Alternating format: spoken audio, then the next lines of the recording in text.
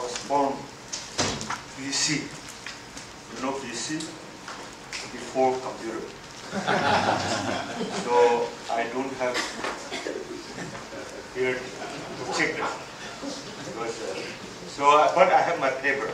So please. It's also by computer, right? Somebody else typed it. Anyway, yeah, You have a cell phone. yeah. MB has mentioned suffering people have right to speak. I think I want to continue a little bit of that from that point. I want to continue in this paper. In postmodern theology, the concept margin has come very strongly as a theological principle to critique the dominant theological value system. If earlier we used to go to the margin with our defined concept of God, mission, church, or whatever church dogma you want to. But now there is a very exclusive methodological claim from the suffering people that don't come with your defined grand narrative definition of God, but come to learn from us, from the margin, makes contextual theological discourse different and significant. So the word "from" has to be noted. A very clear methodological claim in the postmodern theology from the margin is that God's revelation took place in the context of the margin. It is the site of God's revelation, and therefore theology must be located in the context of margin, and it is here that we need to discern what is hope, what is answer that we are looking for the human community for change. There are different layers of margin. Please turn to page 2. I read one paragraph from here. There are different layers of margin. The power and slavery are intertwined, and the great layers of marginalization. The present social, cultural, religious, economic, and political structures and ideologies are created mainly by the people in power, primarily to protect their interests. The oppressive social structures or institutions are collective creation of the rich, although the people in the margin have also contributed to a certain extent. These false presuppositions and beliefs are created by the privileged class, and it inflicts injustice and misery to many people. It is called structural sin. In such structures, domineering and dominated classes always exist. Those who are in power exert all the privileges through exploitation of the powerless and the earth's resources to their maximum profit. To legitimize dominating power, unjust structures are often legalized and supported by the constitution of the country or customary laws and practices, traditions, and moreover, it is sanctioned by religion in the case of racism, patriarchy, disability, and other forms of marginality. Social arrangement and relationship based on higher, lower, civilized, uncivilized, holy, unholy, natural, unnatural, thus deny human rights and dignity to a large number of people. Excluded and dominated people are left to live in unbearable misery and humiliation in many ways. And therefore, there are different layers of marginality which I have listed in this paper. So this is a structural injustice. So margin as a theological principle, it challenges that the reality of social injustice can be understood only from the experience of the oppressed. It means one has to judge the social dynamics from the perspective of the people in the periphery, but not from the center of power. This is the theological assumption. And on the basis of that center in power, I have identified 4 dominant theological methods or paradigm, which I have mentioned: a translation model, and also philosophical model, dialogical model, and liberational model. All these theological paradigms are integral part of dominant theological system. And it is, if as long as this system has demonized, marginalized, excluded many people in the margin. And therefore the argument in this paper is that how can this dominant paradigm liberate the dominated people? It is not possible.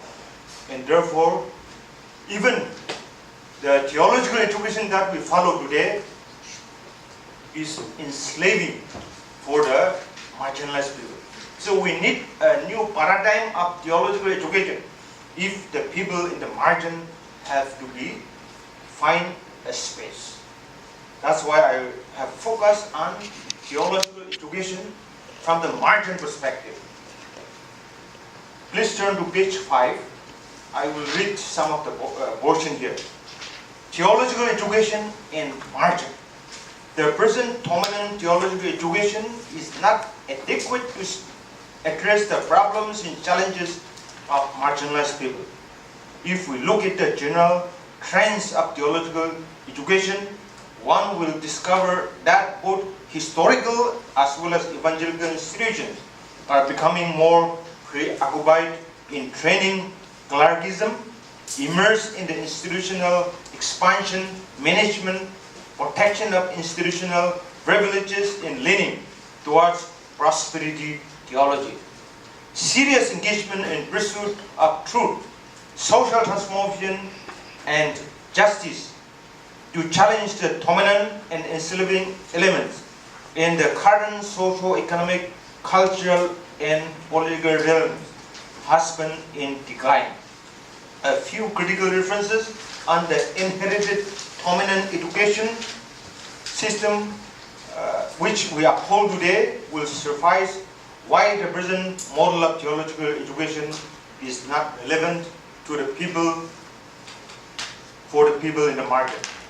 Number 1, it is a fact that the present education system in the global south is an integral part of colonial legacy.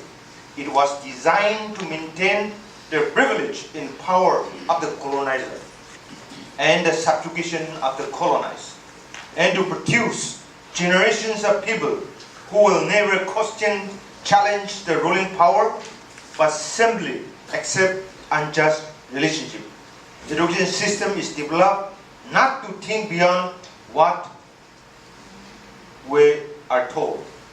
We are expected to memorize what we are told, and we were rewarded for reproduction of what we were told. This is what we follow still in many institutions. Second, we need to acknowledge the fact that present crisis of unemployment, joblessness of the young people is the product of colonial education system. Students spend 15 years to earn their first degree, and parents also spend a large amount of money for children education. After obtaining degrees, many join in depressed club. Young people who are joining the depressed club is alarming. We also see theological graduates roaming around without job. Both historical and non-historical theological institutions are engaged in marketing theological education.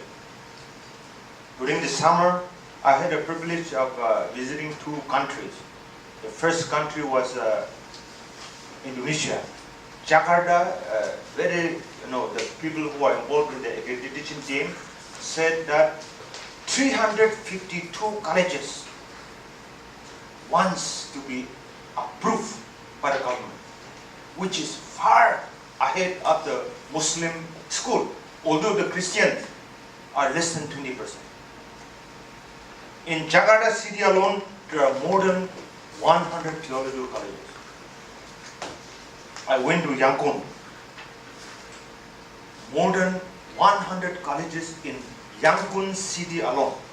And they are all seeking ATM and Artesia accreditation. The place where I have come from, Dimapur, small city. 45 theological colleges. Half a kilometer, 1 theological college. Is it a job? It is happening all over Asia. Kathmandu is a very small city. Less than 200,000 Christians. But I was surprised. 32 theological colleges. Is it the industry, market? I think we need to seriously caution. Number 4, the present dominant pedagogy in theological education tends to focus more on cognitive advancement, giving prime importance to transmitting philosophical and theoretical discourse of elitist tradition and resources. Completely ignore the traditions of the margin.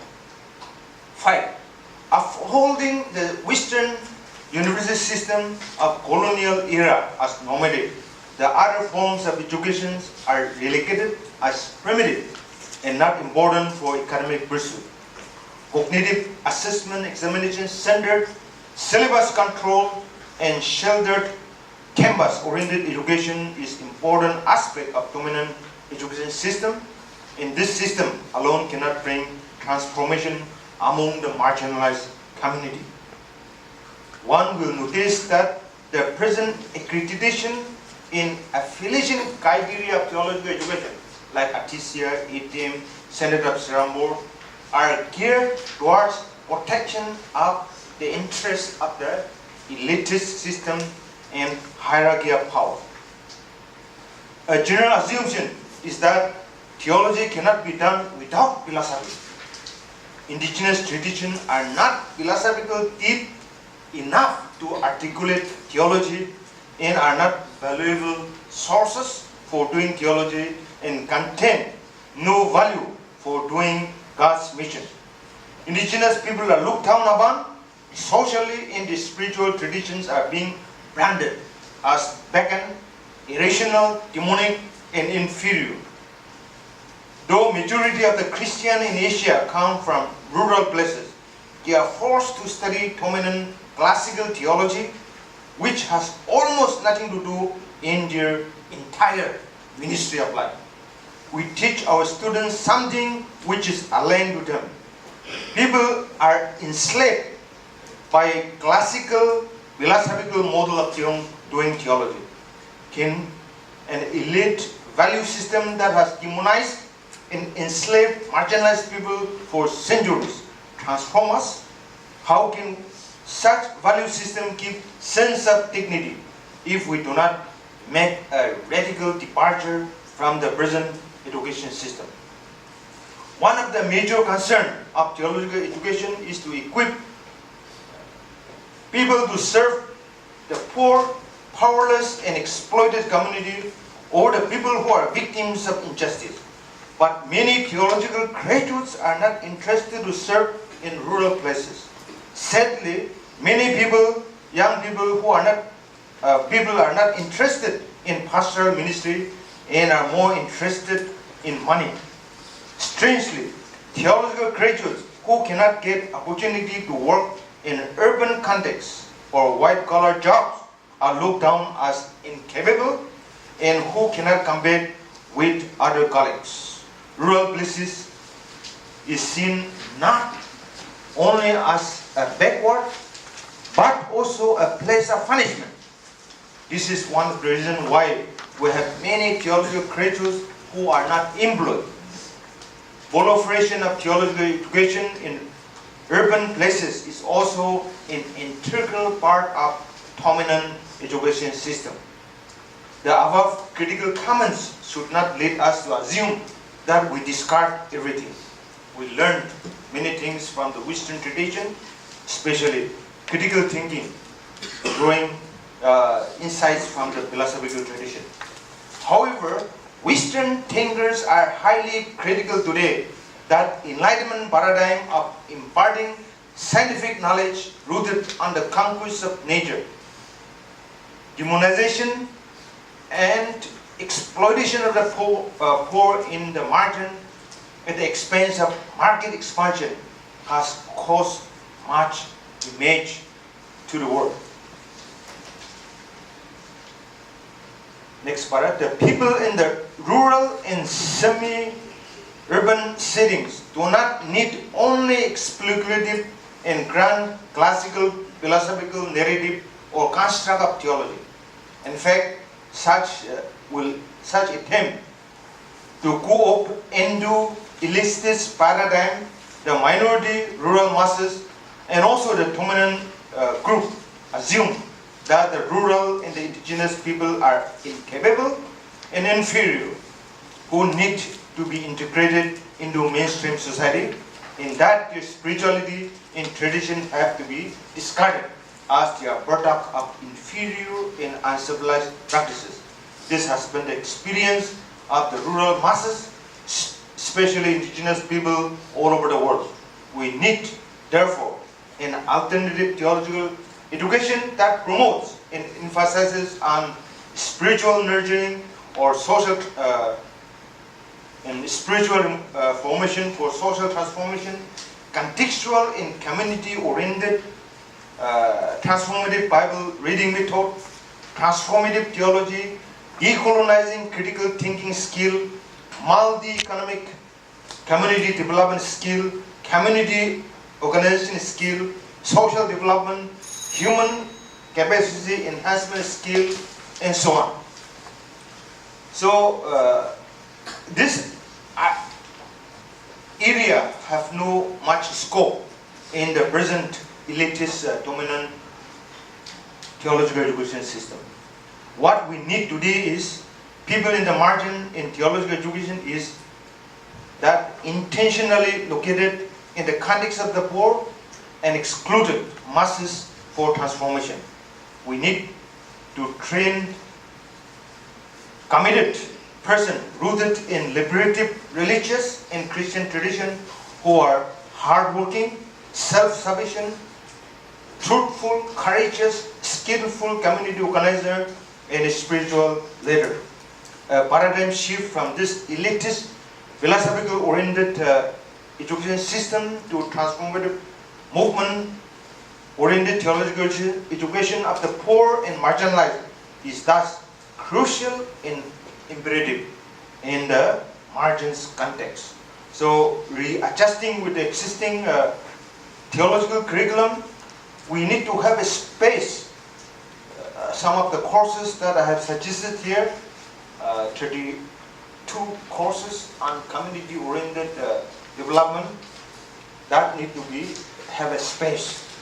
Community-oriented and transformative courses are what the marginalized people need today. Our critical pedagogy must be academically, sometimes we end there, and yet passionately, emotionally, practically, pastorally, and prophetically related to and involved in the concrete problems and needs of the people will make a significant difference in theological education. Thank you.